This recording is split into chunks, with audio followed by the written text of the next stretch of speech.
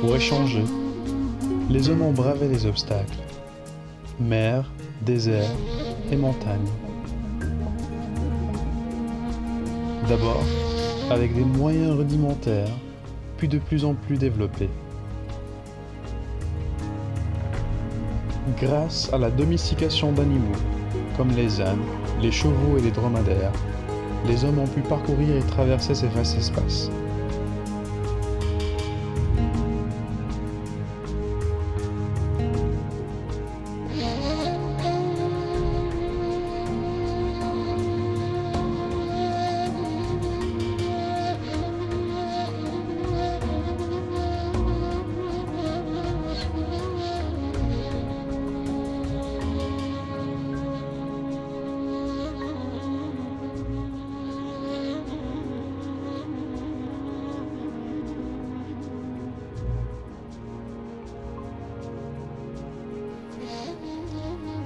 L'énergie musculaire ne suffisant plus, le pétrole et d'autres énergies fossiles ont pris le relais, assurant aux moyens de trains, de camions, de cargos et d'avions la circulation des marchandises en quantité toujours plus importante, d'un bout à l'autre de la planète.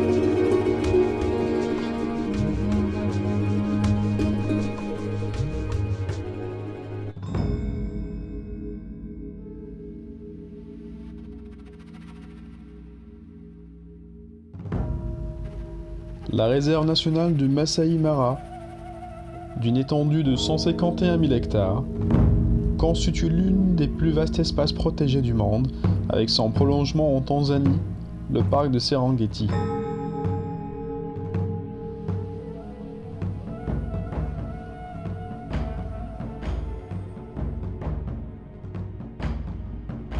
Éléphants, lions, guépards, impalas.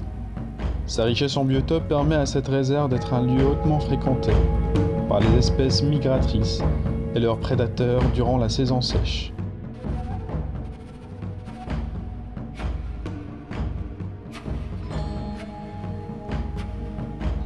Elle accueillit 65 espèces de mammifères.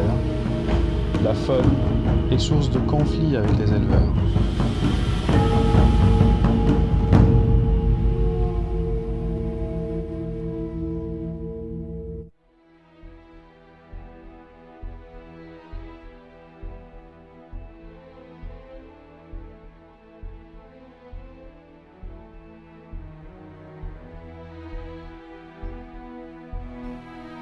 L'exploitation du bois peut s'opérer dans le respect de la forêt primaire.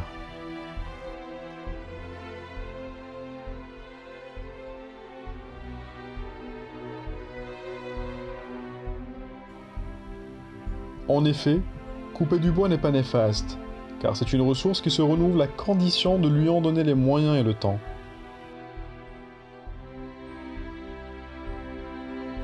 Le Gabon encadre strictement l'exploitation de son bois. Il est interdit de couper plus d'un arbre de chaque espèce par hectare. C'est un moyen de préserver pour l'avenir cette richesse et aussi de permettre à la forêt de jouer pleinement son rôle dans le cycle de l'eau et du carbone.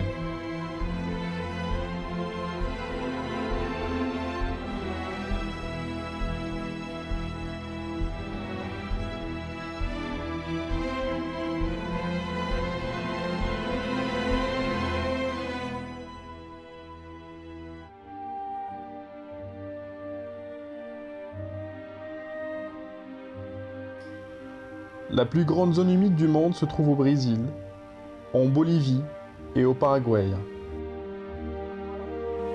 Les Maraïs du Pantanal sont un lieu unique pour la biodiversité.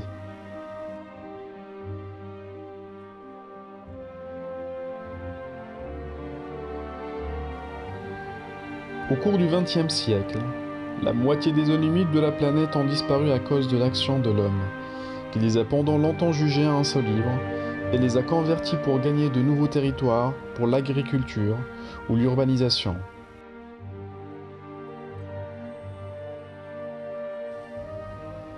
Au Brésil, les éleveurs et les planteurs de canne s'approprient peu à peu cette vaste zone humide.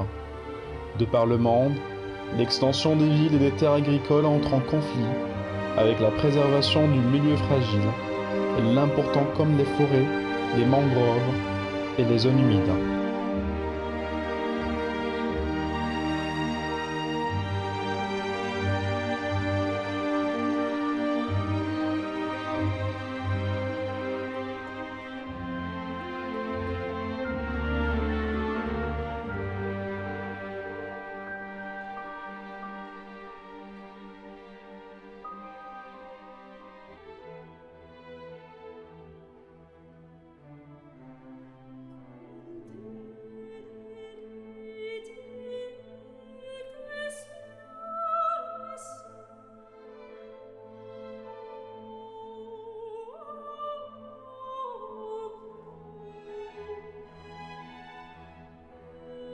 Bien avant l'arrivée des bactéries, des végétaux et des animaux, les forces telluriques ont façonné le relief de notre planète.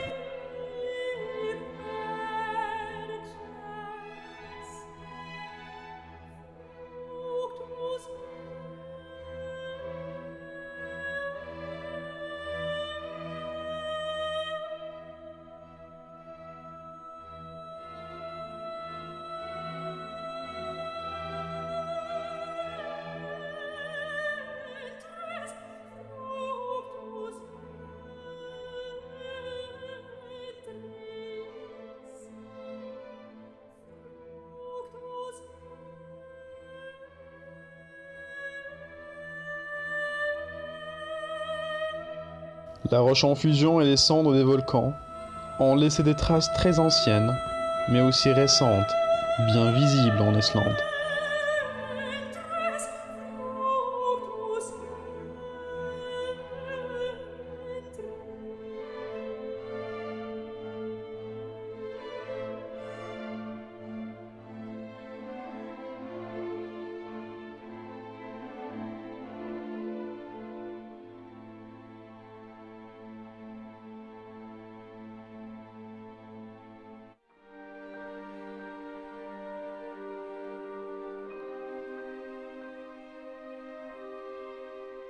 Terre isolée au milieu de l'océan Pacifique, l'île de Pâques évoque avant tout une histoire tragique, dont les ressorts sont mal connus. L'île était auparavant recouverte de forêts, mais les habitants, sans doute en trop grand nombre, sont parvenus à épuiser la forêt et les autres ressources, se privant de moyens de subsistance.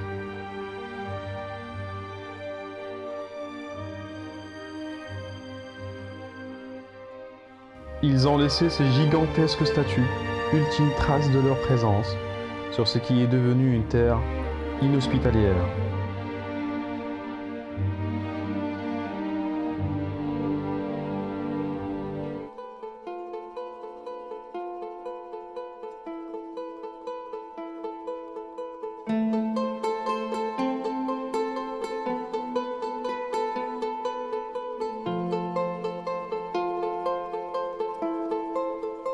Premier signe visible des déprédations causées à l'environnement par l'homme.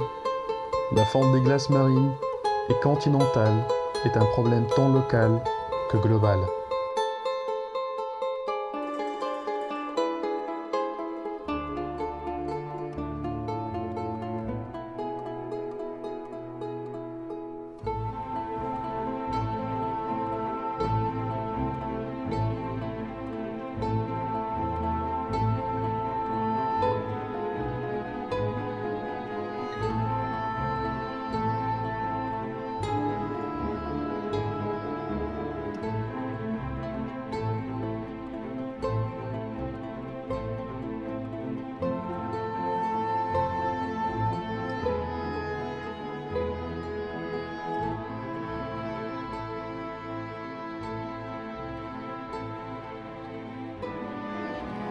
Les écosystèmes arctiques dont l'espèce la plus connue est l'ours blanc sont menacés.